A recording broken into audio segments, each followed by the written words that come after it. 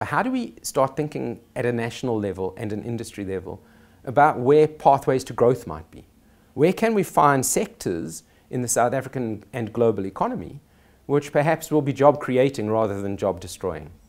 And the South Africa in the Digital Age initiative has come up with a number of areas to consider to create jobs in the digital economy.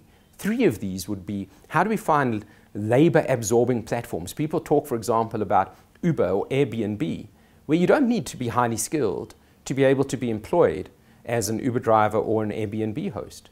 What other labor absorbing platforms can we think about to create jobs? It could be, for example, AI data tagging to help the training. There could be huge opportunities. I don't want to say that is it, but there will definitely be other labor absorbing platforms which we can think about.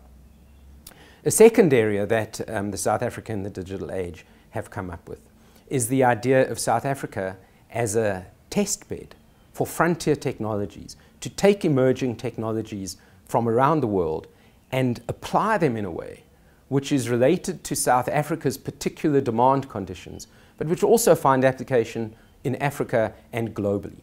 And how can we use these to create competitive and differentiated offerings which create jobs and exports and competitiveness?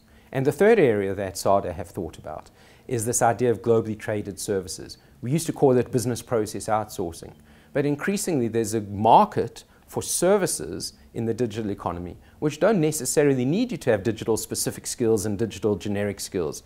They need you to be able to speak English, for example, and do some tasks which you can be trained to do. So I think it's important that we think about ways to create jobs in South Africa which are relevant to South Africa, which will be job creating, export creating, and economically growth enhancing.